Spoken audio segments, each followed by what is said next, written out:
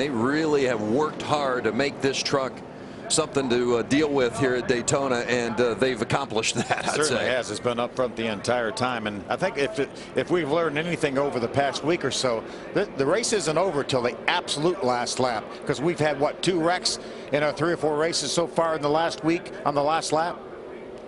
Average margin of victory here at Daytona, 0.125 seconds. Yeah. That's 125 thousandths of a second average margin of victory. You can tell things are going to go wrong. If you're going to race that close together, something's going to go wrong. Pace car is off. Peters on the inside. Haley on the outside. Green at Daytona with 19 to go. Got to be perfect, Phil. Got to be perfect on these restarts. Hit your shifts. Hold your line. Get the right bumps, the right pushes. This has been one of the best truck races I've ever seen at Daytona. Usually there's a point in the race where you can relax and breathe for a while. We haven't seen that tonight. How about Suarez and Crafton jump to the top? Christopher Bell's going to move up in front of them. That third lane got a little momentum going. Bunch of Toyotas up there. We haven't seen 3 lanes, certainly not this far back at all tonight. Well, if you're Matt Crafton, you got to go. He's had a fast truck. Oh, look at the near miss there. This isn't going to work. Not at all. We could barely keep them straight with 2 lines. How are we going to do it with 3? We've had this kind of racing the entire race, and the only accident that we've really had was on pit road. The first truck in that 3rd line is Christopher Bell. He's got Daniel Suarez right behind him, and then Matt Crafton is the 3rd truck in line there on that 3rd row. This is unprecedented. We've never seen 3 lanes work here in the truck series. You can see they're losing ground on the outside, but that's some strong trucks. They get tied together, and they're able to push. Look at that big push Suarez is given to Bell. Pushed him sideways, too. That's the orange truck pushing the black one. Christopher Bell, the lead truck on that outside lane. Suarez is the orange truck, and then the bright yellow is Matt Crafton. Meanwhile, up front, it's Cameron Haley and Ryan Truex. Haley, the white truck on the inside. Did you see that run that Parker Kligerman got up through the middle? He's right behind that silver and red number 41 of Ben Rhodes. He passed 4 or 5 trucks right through the middle. How about Matt Crafton now? He's going to jump down in the middle, right in behind Parker Kligerman in that 92 truck. Matt said, I've had enough of that 3 wide on the high side. That didn't work. He was able to get down in line on the middle, but how are you going to win from there, Phil? There's going to have to be a caution in order for that truck to get to the front. It's just simply too hard to pass. They hung Christopher Bell out on the outside when Crafton went in to the middle lane, and now Suarez is trying to make it happen. How about Brandon Brown, that 86 truck? Haven't talked a whole lot about him. He's right up here in the mix.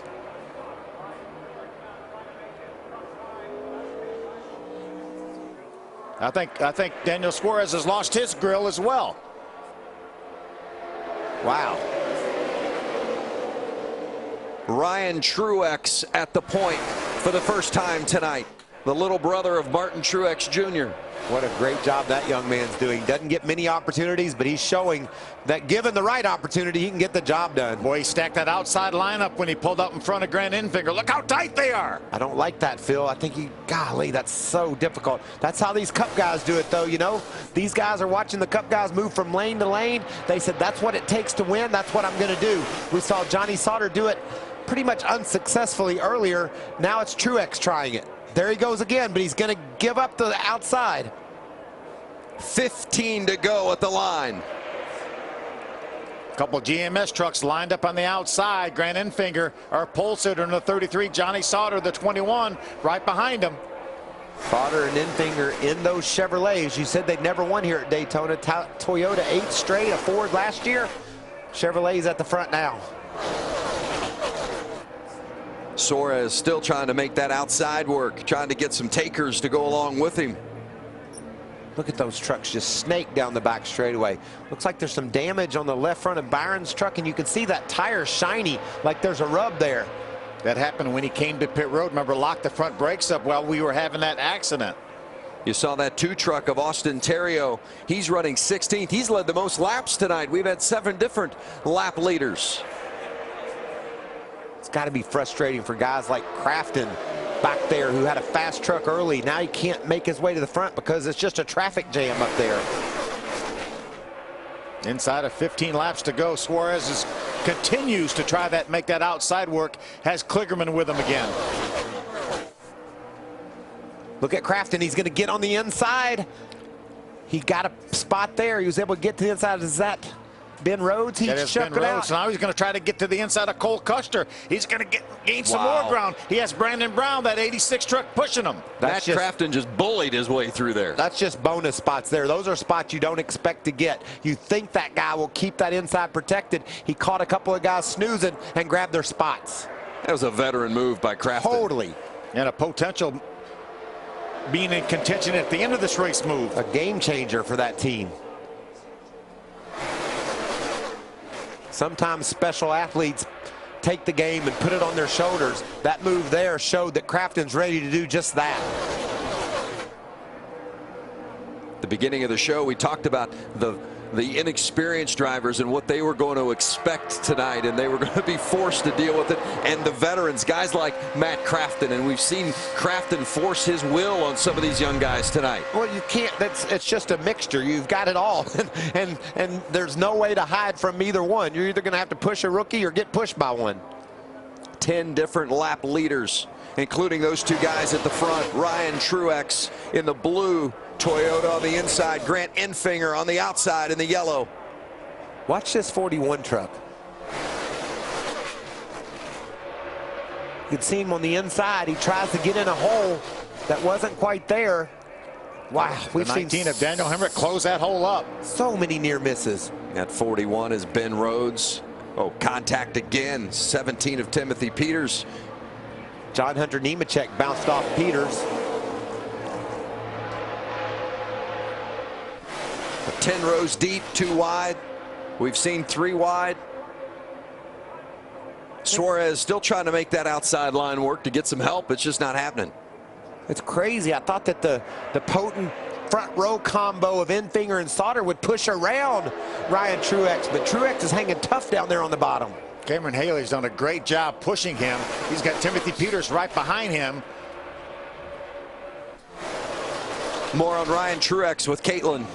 Well, his spotter came across the radio and said, keep doing that, Mojo. We're going to finish this off and win this thing. Every time you do what you're doing, you're beating him to the line. Just stay at that yellow line.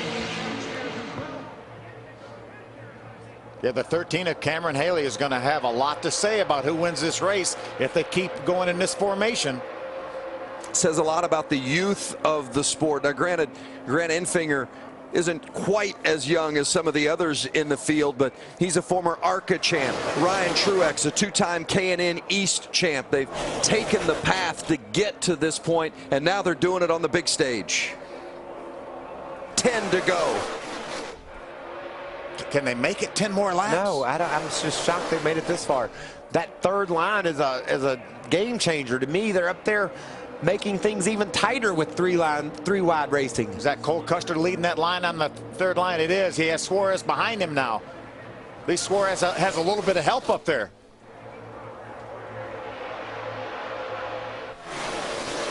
If you're Matt Crafton, Phil, do you dare duck out in front of Cole Custer and try to use that momentum and run that third lane to the front? I think his spotter's going to keep an eye on him and see what kind of momentum they make. It hasn't worked all night up there. They make a little bit of progress, but overall, they don't get far. Ooh, Custer saved it.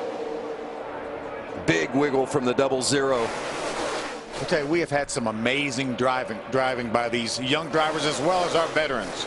Just an incredible job of synchronized driving, basically. They all want to win this race and they all want to be up front, but there just isn't room to get there. Oh! Enfinger shuffled out by Sauter. I think Sauter gave him a push. He slid up high. Now can Enfinger catch that third lane and make something happen? He lost so much momentum. He did lose a lot of ground. They'll form up, maybe get a little bit of run going, but he lost a lot of momentum there. That moves Crafton up another spot. Crafton is just such a cagey veteran. He's been so patient to work his way there and had to force the issue a couple times. But watch this push that Sauter gives to his teammate. I think it knocks the 33, the champion truck just ahead, out of whack. And what he's doing, he's trying to help. He's trying to help his teammate. Here's the bump coming right here.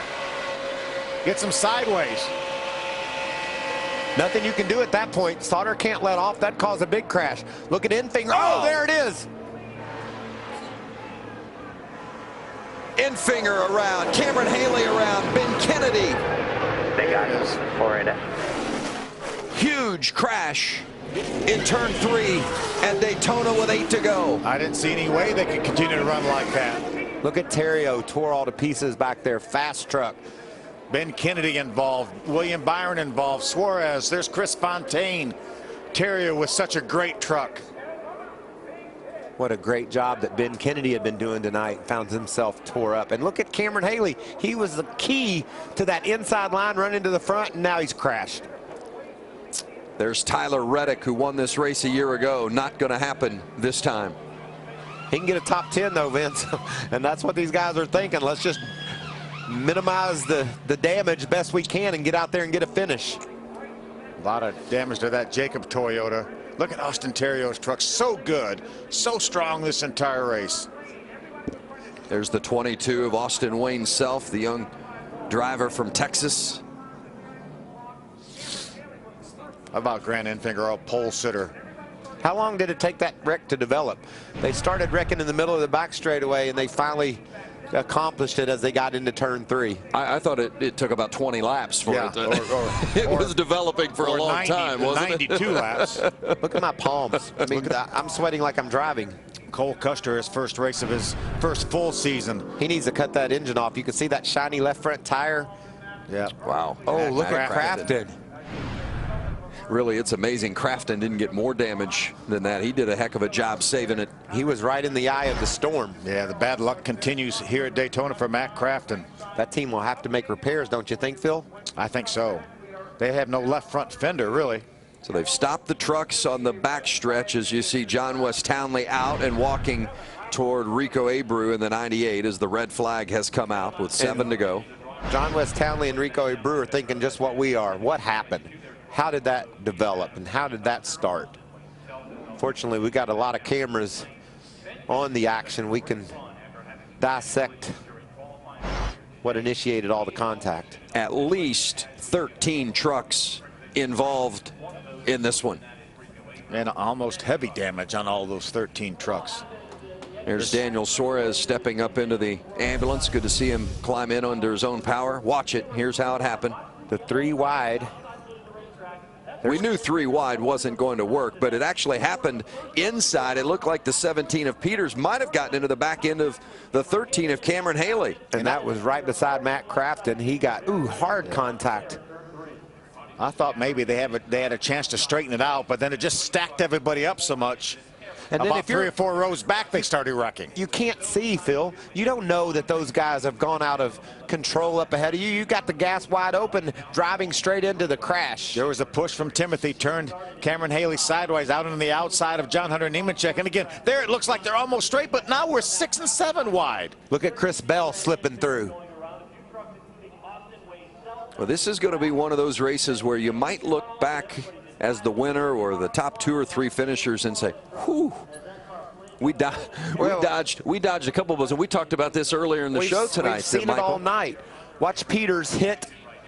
You can see he wasn't right behind the 13 of Haley and knocked him into John Hunter Nemechek. Nemechek's able to continue, but behind them, what a mess. Looked like it actually lifted the back end off of that 13 truck up off the ground. Watch it from the onboard of the 88 of Matt Crafton. It's 2 wide behind you. Nose to tail. Easy. 3 wide, 3 wide, 3 wide, 3 wide. Keep rolling, keep rolling. You good? Yeah, I think Matt got the damage from the 86 of Brandon Brown. Half. He's to him. There's our forward onboard. Keep coming low. Come on low. Keep coming outside. Coming. Bottoms out. Come on low. Come on. I think he was going to be okay until Cole Custer bounced off the wall into him. And just remember what we said. You're 6-8 rows back. You're still wide open while they're crashing. You can't see what's going on yet. What a save by John Hunter Nemechek, though.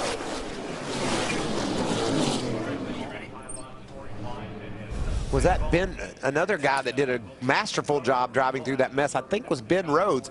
I saw him right in the center of the crash, and he drove out the other side of it. So teams evaluating the damage. Remember, under red, you can't work on the trucks. There's that 41 of Ben Rhodes and the damage that he has sustained. Some of that damage was from that earlier incident on pit road. Austin Terrio's truck being towed out. Terrio's led the most laps tonight, 31, but his night is over. We've had 10 different leaders this evening. See the damage to Hemrick's number 19. He has a lot of damage to that right rear quarter panel. There's Scott's Legacy's number 14. Let's see some of the guys that make it through. Look at Ben Rhodes right here in the 41 truck. He is right behind the 19 of Hemrick. And look, the crash is directly in front of him. Certainly all around him. He bumps a guy. They come through. He gets. They just keep getting knocked out of his way, and he keeps driving. Wow. Yeah, I think he had contact with at least 4 different trucks, though, and still made it through. That was impressive. Wow. Well, it's been crazy. We're currently under red. 7 to go. We'll settle it soon here at Daytona. That's a